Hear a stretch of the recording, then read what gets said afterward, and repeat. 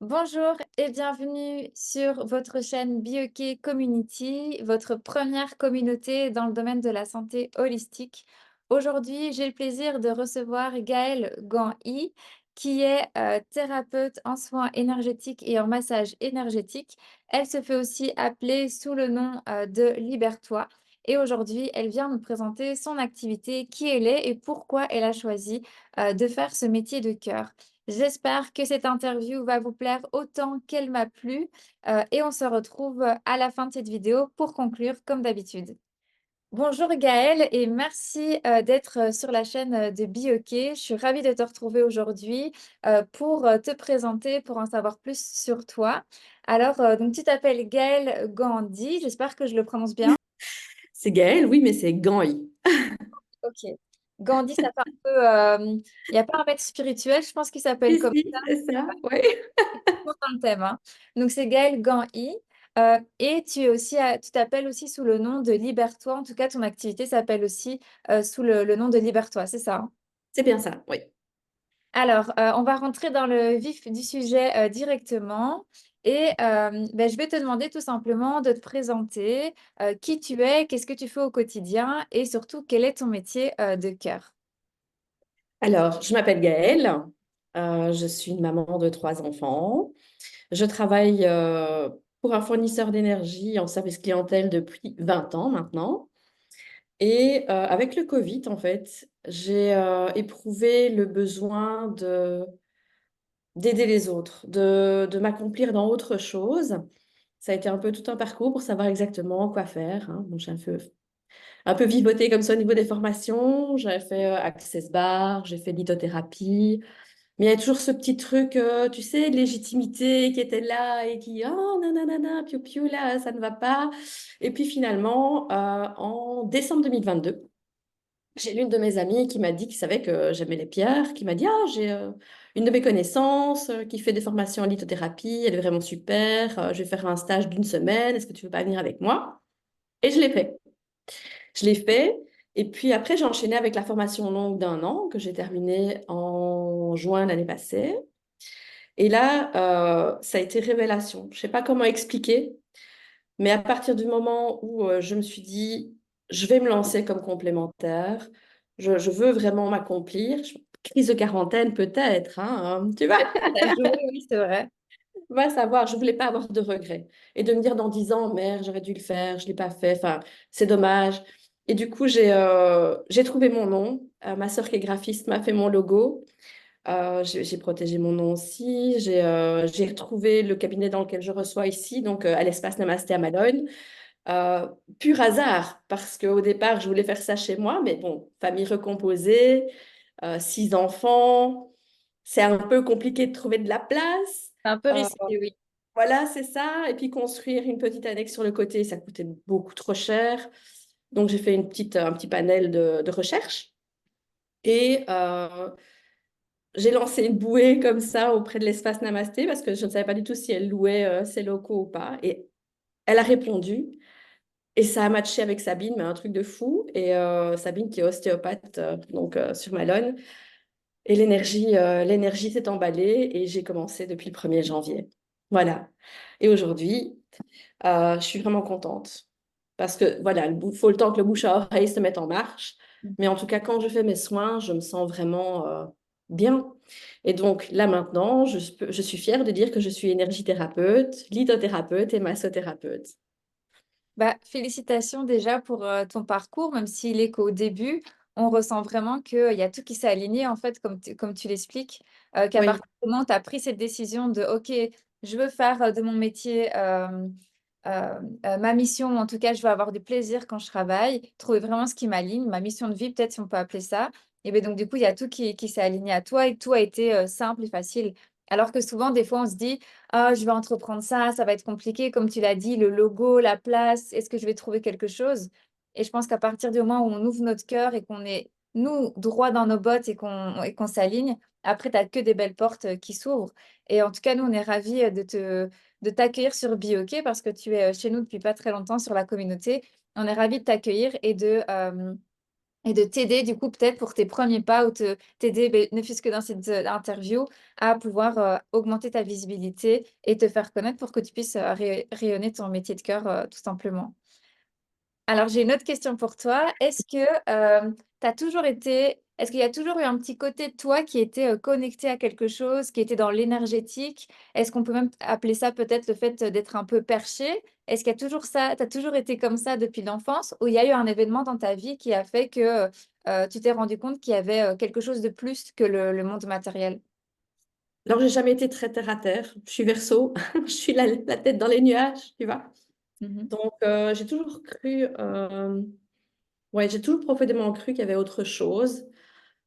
Ressenti des choses, mais sans jamais vraiment expérimenter, tu vois. Mon premier mari est malheureusement décédé d'une tumeur au cerveau quand j'avais 29 ans. Et j'ai eu un livre entre les mains à un moment donné, c'était Les Clés du secret, si je me souviens bien, je ne sais plus l'auteur. Mais du coup, à partir de là, j'ai commencé à faire des mantras le matin, tu sais, pour me poser, pour m'aligner, pour me dire, allez, je commence bien ma journée, quoi. Mmh. J'ai commencé à faire ça, à faire des petites méditations de temps en temps. Euh, j'ai toujours aimé, oui, j'ai toujours été un peu perchée. Donc, ça n'a pas changé grand-chose.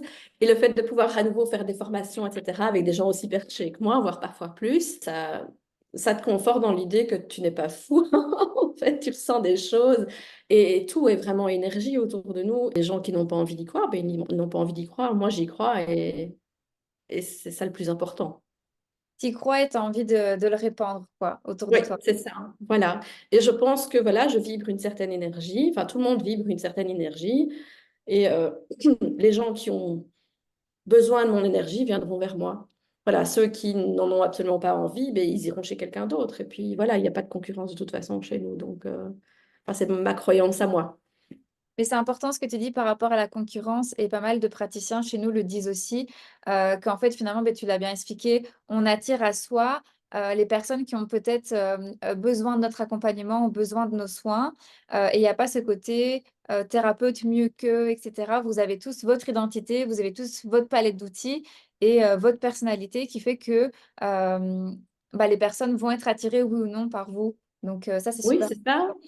Tu vois, on peut être plusieurs à donner le même soin, mais ce Mmh. sera jamais pareil parce qu'on ne vibre pas la même chose, on ne dit pas les mêmes mots, on ne canalise pas les mêmes choses. Enfin, et puis, de toute façon, d'un client à un autre, le soin sera différent.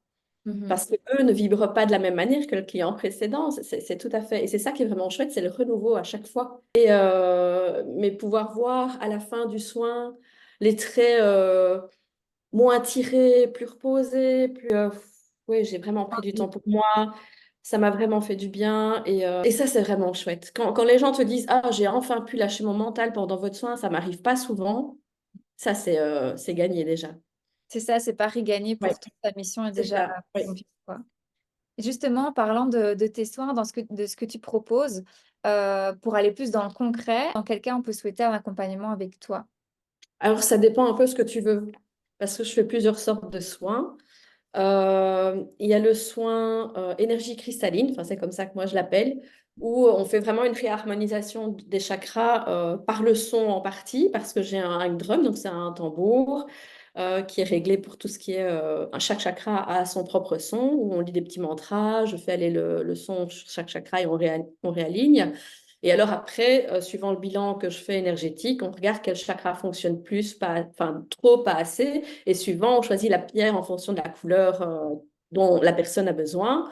Alors là, on lâche par contre complètement le mental, donc je demande, je cache les noms et je ne veux pas. Enfin voilà, ceux qui ne connaissent pas les pierres, c'est facile, mais ceux qui connaissent les pierres, voilà, il faut vraiment qu'ils choisissent celles qui vibrent le plus à ce moment-là avec eux. Et après, après avoir fait le soin, on regarde un peu ben, pourquoi est-ce qu'ils ont choisi cette pierre-là. Ça, c'est vraiment l'énergie cristalline. Mais alors, je fais aussi d'autres soins énergétiques. Donc, par exemple, le NLF. Le NLF, c'est un soin réharmonisant aussi, mais où on va aller décristalliser un peu les mémoires de manière à remettre une nouvelle, enlever l'ancienne énergie, remettre une nouvelle pour que les gens puissent être un peu plus en paix avec eux-mêmes et redémarrer le système d'auto-guérison de ton corps. Celui-là, c'est plus un massage, du coup, donc c'est massage du dos, massage des bras avec les mains, des jambes avec les pieds. Et là, oui, c'est vraiment quand ils se sentent un peu perdus, qu'ils ne savent pas trop qui savent plus trop où ils en sont. Ça, c'est chouette parce que du coup, pendant l'anamnèse, juste avant le soin, tu détermines avec eux mais qu'est-ce qu'ils veulent vraiment. Et alors, on détermine une projection, je vais dire qu'est-ce qu'ils veulent vraiment. Et pendant le soin, mais forcément, on appelle l'énergie qui est en fonction de ce soin-là. Donc, c'est les NELF, c'est une couleur bleue. Et alors, on leur demande de visualiser vraiment leur projection pendant tout le soin. Et alors, on réancre, etc. Et ça, c'est vraiment super. Euh, je fais aussi un massage crânien qui fait un peu mélange d'énergétique et de vrai massage. Je fais aussi tout ce qui est massage des mains chinois, massage des pieds au bol kansu. Mhm. Donc ça, mais ça, c'est vraiment purement massage, même si je mets toujours de l'énergétique avec, enfin, parce qu'il n'y a rien à faire, je suis au niveau du tactile, tu vois ce que je veux dire? Donc d'office, je mets d'office Avec ton un peu intention. d'énergétique dedans. Oui, l'attention est là de toute façon, parce que voilà, on discute toujours un petit peu avant et je mets toujours l'intention dans mes soins, même si ce ne sont que des bêtes massages, comme on dit, comme ça, quoi. Bah, c'est top. En tout cas, tu t'es présenté en disant que tu viens de commencer depuis janvier, mais quand on regarde tout le panel et tout ce que tu proposes déjà, et toutes les formations et tout ce que tu as déjà accompli ou les outils que tu peux donner, bah, je trouve ça vraiment déjà dingue. C'est Euh, gentil. et je connais pas très bien le massage au bol Kansu. C'est un bol qui ressemble à un bol tibétain, c'est ça? Alors attends, parce que justement, après, j'ai un soin avec le bol. Et en fait, c'est un petit bol comme ça. Regarde, Ah, je sais pas si super, tu trop vois bien, bien. tu vois? Ah oui, donc il est beaucoup plus petit que le bol Ah tibétain. oui, il tient vraiment, il doit tenir dans ta main, tu vois? Et Ok. alors, tu fais des petits. D'abord, tu masses vraiment le pied avec tes mains, et puis après, tu viens doucement avec le bol que tu auras chauffé au préalable. Parce qu'il est bien froid, mais tu vois, tu viens vraiment masser certaines zones du Ok. pied, parce que le pied, c'est les mains pareil d'ailleurs, c'est une représentation de tout ton corps, aussi bien au niveau des méridiens qu'au niveau des organes. Et donc, du coup, tu viens vraiment masser. C'est pas du tout de la réflexologie plantaire. La réflexologie plantaire, c'est vraiment très précis. Et ici, on effleure vraiment, mais on travaille quand même certaines zones. Et c'est vraiment un soin relaxant pour les gens qui aiment bien qu'on touche leurs pieds, hein. Parce qu'il y en a qui n'apprécient pas du tout. Donc, voilà. Mais ceux qui aiment vraiment bien se faire masser les pieds, c'est bien. Et ce qui est vraiment comique, j'ai eu un soin NELF il y a 15 jours. Et du coup, j'ai massé les pieds, pas avec le bol, mais tu sais, tu masses quand même les pieds et les mains. Et la dame a dit, oh, c'est marrant parce que j'ai l'impression de me reconnecter à mon corps comme si je n'avais pas de mains et pas de pieds avant. Je les redécouvre. Tu vois ce que je veux dire? Je redécouvre que j'ai des sensations dans les pieds, que j'ai des sensations dans les mains, alors que pourtant, je les utilise tout le temps, mais j'ai pas du tout. Il n'y a pas beaucoup de monde qui ont l'habitude de se faire masser les pieds et les mains. Est-ce qu'on peut parler que c'est en fait un peu, on est dans une routine automatique à les utiliser tout le temps et on prend plus conscience vraiment de chaque geste ou de chaque sens qu'on a ou de nerf peut-être qu'on a dans nos mains et nos pieds? Mais je pense que, tu vois, on a l'habitude de marcher, de courir, de faire plein de choses dans notre vie. Par rapport à il y a une centaine d'années, la vie maintenant, c'est que courir partout et on ne prend plus la peine de se poser juste une demi-heure. Ces soins-là ne durent qu'une demi-heure. Massage des mains, massage des pieds, c'est une demi-heure, c'est pas énorme. Mais on Mhm. ne prend plus le temps de se masser les mains, de se masser les pieds et de se rendre compte qu'en fait, on les utilise tout le temps, oui, pour blinder de choses, mais si on n'a pas les pieds, je vais pas dire pas, pas serein, c'est plus le cerveau, ça, mais tu vois, plus reposé, etc., on sera mieux ancré. On sera bien mieux ancré si on n'a pas mal aux pieds, en fait, parce que parfois on a mal aux pieds, mais on ne prend même pas la peine de se dire je vais masser un petit peu pour faire passer. Non, on a mal, et puis c'est Pas de basta. refus, quoi. Tu vois? Et les mains, c'est pareil, les mains, elles nous servent à plein de choses. Elles nous servent regarde, à parler. Quand on parle avec les mains. Ouais. On attrape des choses, on peut manger avec, boire, on touche, on ressent tellement de choses avec les mains et avec les pieds que, en fait, on court tellement qu'on n'en prend même pas conscience. Au niveau de tes accompagnements, donc là, tu les as expliqués, tous les différents soins que tu as. Au niveau de la séance, donc il y a des séances de une demi-heure et pour tout ce qui est soins énergétiques, c'est un peu plus long. Alors, le soin cristalline, en général, on table 1h15. Parce qu'il y a toujours la petite anamnèse avant, et puis alors on réharmonise tout, etc. Le soin NL, il dure 1h30. En général, tout ce qui est énergétique dure 1h30. Parce que ben, tu prends le temps quand même de discuter avec la personne. Bon, faut pas non plus partir dans des... tu peux pas enfin, si elle a besoin de déposer, il faut la laisser déposer, mais il faut pas non plus, faut recadrer un petit peu quand même pour qu'on n'utilise qu'une problématique et qu'on pas toute la vie, quoi. Tu vois? Sinon après, la séance, elle ne sert qu'à parler et c'est pas vraiment ça le but. Le but, c'est vraiment d'aller rechercher l'énergie pour la changer. Puis vraiment bien rappeler que on bouge pas mal de choses, on libère pas mal de choses et donc du coup, il faut bien boire pendant les 48 heures qui suivent. Si on a des montées d'émotions, peu importe lesquelles, hein, que ce soit de la joie, de la tristesse, etc., il faut allez, il faut les accueillir. En général, quand je fais un soin, je demande toujours pour que ce soit des émotions que la personne soit capable d'accueillir à ce moment-là. Mhm. Tu vois, qui puisse la digérer, l'intégrer et la transformer et pouvoir aller de l'avant, quoi.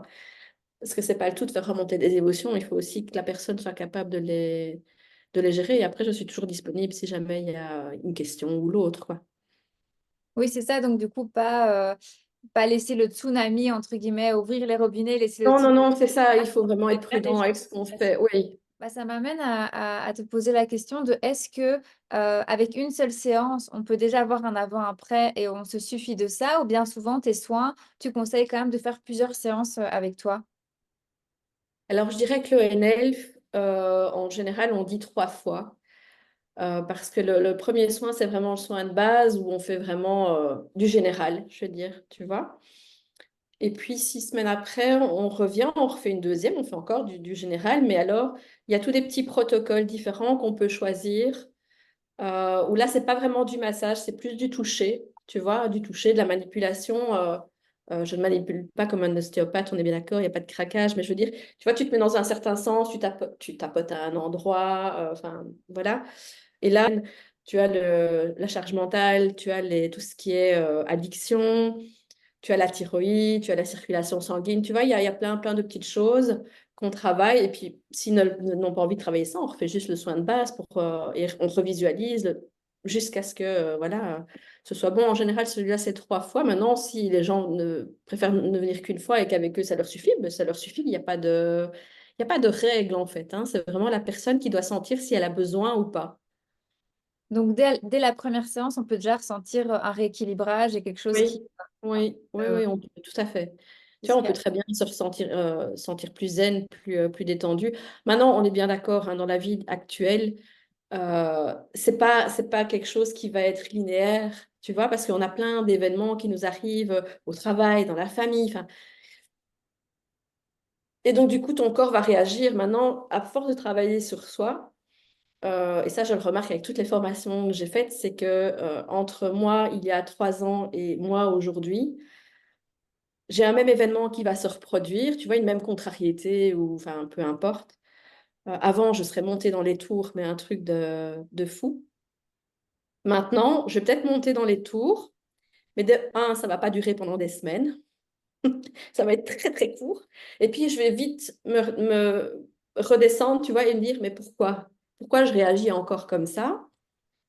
Et je vais essayer de trouver la solution et de me dire, oui, mais c'est ça qu'il est allé rechercher et c'est pour ça que ça ne va pas. Et donc, qu'est-ce que je peux mettre en place pour que ça se passe mieux, quoi. Parce que la seule personne que tu peux changer, sur laquelle tu as du pouvoir, c'est toi. Les autres, jamais. Penser que tu vas changer quelque chose en ne changeant jamais rien dans tes dans ta habitudes. manière d'être, c'est utopique. Si tu ne changes rien, rien ne changera. Ce sera toujours pareil. C'est important. Changer les autres, c'est utopique, c'est bisounours. Tu ne peux pas faire ça. La seule personne que tu peux changer, c'est toi. Ouais, je Et trouve si vraiment que... ça ne va pas avec l'autre personne, ben alors c'est l'éloignement Mhm. parce que ça ne sert à rien de... C'est pas toujours facile quand c'est ta famille, on est bien d'accord, mais il y a toujours moyen, il y a toujours une solution. Oui, il y a toujours une porte qui s'ouvre quelque part quand on ouvre les yeux et qu'on a Voilà. envie de la voir s'ouvrir, quoi. Bah, donc du coup, là, on a parlé des séances en présentiel dans ton cabinet. Alors Oui. maintenant que bah, l'ère du numérique arrive et qu'on est beaucoup plus connecté, est-ce qu'on peut aussi faire des séances avec toi à distance?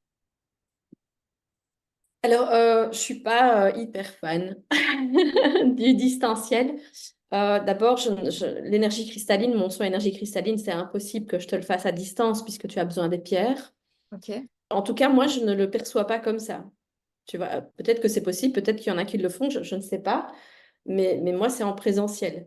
Ce qui est soin NELF, c'est du toucher, c'est d'office du toucher. Maintenant, je sais qu'on sait le faire en distanciel aussi, tu vois, mais moi, j'ai besoin T'as du, besoin, ouais. ouais, j'ai besoin du toucher, j'ai besoin de voir la personne. Après, tu vois, si c'est un genre de consultation où il n'y a pas vraiment de soins énergétiques, mais que la personne veut savoir quelle pierre utiliser pour quelle... Tu vois, je peux toujours faire un bilan énergétique à distance. J'ai pas besoin d'être à côté de la personne et je peux, du coup, lui proposer des pierres suivant ce qu'elle m'a dit comme problématique. Je peux le faire, mais je trouve que ce sera moins parlant et moins spontané que si la personne voit la pierre Mhm. et c'est celle-là. Tu vois? Je trouve que les soins, enfin, en tout cas, c'est ma carte du monde. Voilà, chacun pense comme il a envie. Mais pour moi, c'est du présentiel, c'est D'accord. pas du digital. Donc, ouais, voilà. Donc, du coup, on peut peut-être rappeler, donc ton cabinet, il est à Malone, c'est ça, et il s'appelle? Il s'appelle l'Espace Namasté. Alors, je reçois les jeudis matins et les vendredis entre 15h et 20h30. Et alors, une fois par mois, le jeudi après-midi, pour le moment, je reçois aussi à The Coworking à Jean-Blou. Ah, Euh, super. ouais, voilà. Donc, j'ai deux petits endroits où je peux recevoir les gens. Voilà. De toute façon, je renoterai tous les noms dans la barre de description de la vidéo, Mhm. comme ça les personnes pourront Oui. directement avoir le lien du coup du cabinet. Est-ce que tu as, c'est une question que j'adore demander parce que j'apprends toujours plein de choses.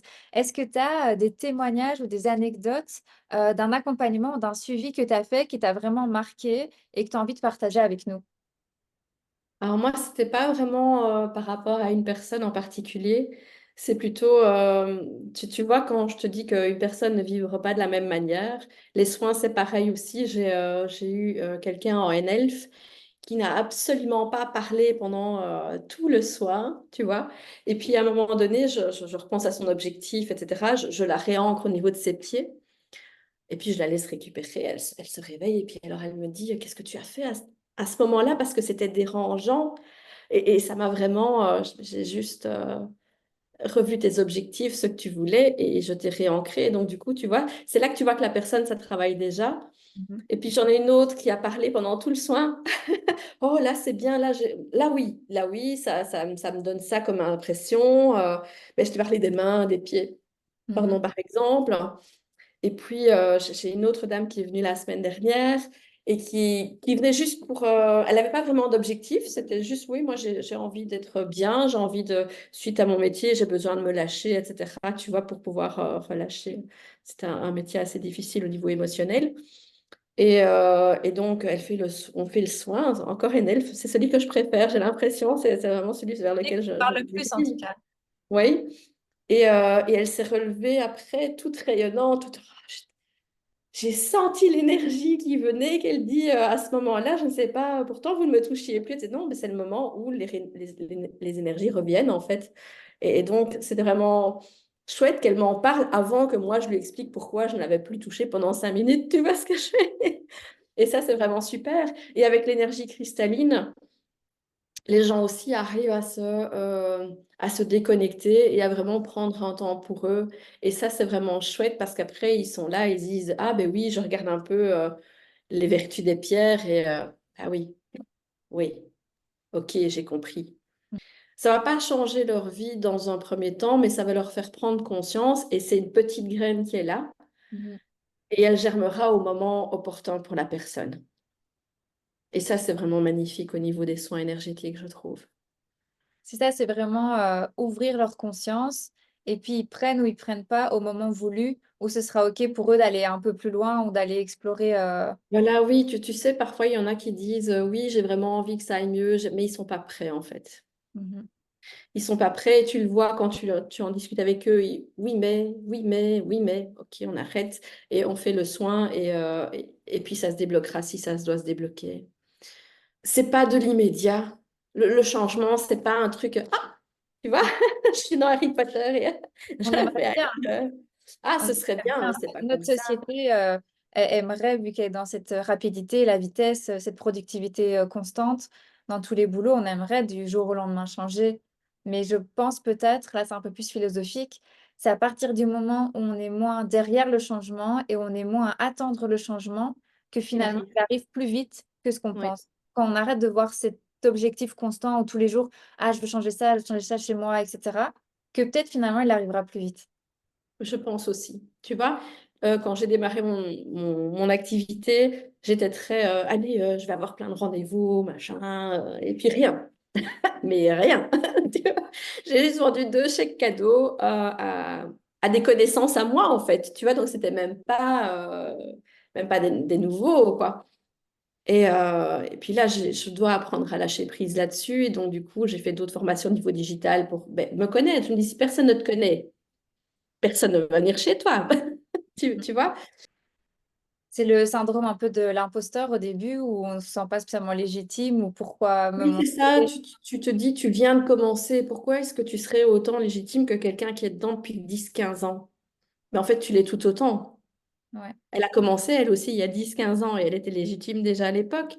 C'est juste que ben voilà, la personne a pris de la bouteille parce que ben, elle a eu des tonnes et des tonnes et des tonnes de personnes en face d'elle, plein de situations différentes qu'elle a dû gérer. Et donc, du coup, elle a plus d'assurance, je vais dire. Mhm. Tu vois? Au début, c'était fort stressant. Je me dis, mon Dieu, mais qu'est-ce que je vais dire à la personne? Enfin, parce que c'est du freestyle à chaque fois. La personne, elle vient, tu la connais pas, tu sais pas qu'elle ne vienne. Je demande toujours pour avoir les bons mots qu'elle est prête à entendre et qui peuvent la faire avancer, quoi. Mhm. Donc voilà, et je remercie l'univers pour tout ça. Super discours, un super un témoignage que tu nous apportes là. En tout cas, pour les autres praticiens, il y aura sûrement des membres qui vont voir cette vidéo, mais aussi pour les autres praticiens qui vont voir la vidéo. Comme quoi, mais finalement, il ne faut pas se comparer, il faut faire ce qu'on a envie, il faut apprendre à se connaître, ce que nous, on a envie de donner en tant que praticien ou thérapeute, et puis le reste va suivre, quoi. Oui, franchement, il faut pas. Celui qui a encore peur de se lancer, je dirais de toute façon, qu'est-ce qu'on risque? On risque juste de se planter, Mhm. mais au moins on l'aura fait, tu vois? Alors après, si on se plante, c'est se dire, mais pourquoi? Qu'est-ce que j'ai fait qui n'a pas fonctionné? Qu'est-ce que j'aurais peut-être pu mettre en place? Et se laisser du temps. C'est vraiment ça, c'est se laisser du temps, tu vois? Et puis alors, quand tu reçois un petit mail sur ton téléphone qui dit, ah, il y a quelqu'un qui a pris rendez-vous, youhou, tu vois, t'es tout content. Ouais, ouais. Et ça s'enchaîne comme ça. Alors effectivement, je ne sais pas encore en vivre maintenant parce que c'est le début, il faut le temps que le bouche à oreille se mette en place, que je vibre aussi. Tu vois ce que je veux dire? Que je vibre et que ça fonctionne. Mais j'ai confiance. J'ai confiance en moi. Je sais que parce que quand je fais les soins, je sens que je suis à ma place. Et quand je vois les gens à la fin qui sont heureux, qui sont bien, je sais que c'est la chose que je dois faire. Tu vois? Mhm. Et je sais que je vais continuer. Mais ça se ressent. Franchement, ça se ressent que c'est quelque chose qui t'anime beaucoup et qui te porte et qui va sûrement te porter très loin. Et moi, je te le souhaite de pouvoir, si c'est ton souhait à toi, d'en vivre à 100%, je te le souhaite vraiment. Et si nous, avec nos petits outils de Bioké, avec ta fiche qui est présente sur notre site, on peut te faire justement développer ce bouche à oreille et te faire connaître encore plus, bah, c'est un réel plaisir. Pour terminer Merci. cette interview, parce qu'on arrive à la fin, il faut bien la terminer à un moment donné. J'aime bien vous demander si vous avez, enfin, te demander à toi, mais vous demander en général aux praticiens, quelle est ta phrase de fin, ta citation, quelque chose qui t'a peut-être toujours accompagné, qui te parle beaucoup et que tu as envie de partager avec nous pour conclure cette interview. Moi, j'ai toujours aimé, depuis que je suis ado, depuis qu'on a fait le cours de français et justement qu'on parlait des citations à ce moment-là, je ne sais plus exactement quel cours c'était, mais la citation que j'ai toujours gardée, c'est Carpe diem. C'est vie ta vie, quoi. Tu vois ce que je veux dire? Alors, c'est vrai que quand on est cloisonné dans tout ce qui est éducationnel, tout ce qui est familial, héritage familial au niveau des émotions, transgénération, etc. Le pays dans lequel on est, nos coutumes, etc. On est vraiment cloisonné dans tout ça. Et quand on a 20 ans, on se dit on n'arrivera jamais à en sortir de ce genre de choses. Mais là maintenant, j'en ai 42 et je sais que c'est pas vrai. Tu vois ce que je veux dire? Alors oui, on est cloisonné au début. Je me suis engagée là où je suis depuis 20 ans en sortant de l'école parce que dans la croyance de ma famille, peu importe le côté, c'était tu rentres dans cette entreprise, dans une entreprise, tu y restes jusqu'à la fin de ta carrière. Mhm. Tu vois?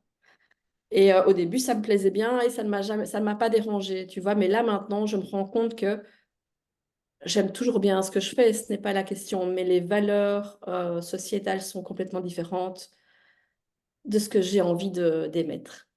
J'ai envie, là, maintenant, je te l'ai dit, hein, crise quarantaine peut-être, mais je veux vivre de quelque chose qui me fasse du bien, qui me fasse vibrer.